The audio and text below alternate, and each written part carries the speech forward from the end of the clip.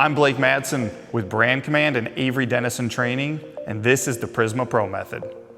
PrismaPro is a dry installation, but remember, it is 8.5 mil thick PPF, so it does install differently than Supreme Wrap color change vinyl. In this video, I'm going to show you critical do's and don'ts. So we're going to ditch the regular wrap magnets. I'm going to show you how we deal with tight gaps, and we're going to work the film in sections for a flawless finish.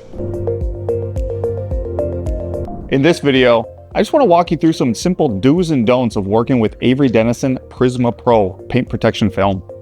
Here are some things we want to avoid when working with Avery Dennison PrismaPro. Because the film is thicker than normal wrap vinyl, we want to avoid tucking it under parts that are squished together very tight. What can happen if we do that? We call puckering. The film can actually start to get shook back out, and we can see small wrinkles occur because of it. Another thing I'm going to be very careful about when working with Avery Dennison PrismaPro is I'm not going to tuck the film far under gaskets like I may do with Supreme Wrap film. Another thing we want to avoid is applying excessive pressure in isolated areas. The film is very soft, so if it is warm and we apply excessive pressure, we can leave some impressions in the film. Another thing I want to avoid is using magnets after I've removed that top cap sheet. The film is very soft, and magnets can squish in and leave an impression mark into the film.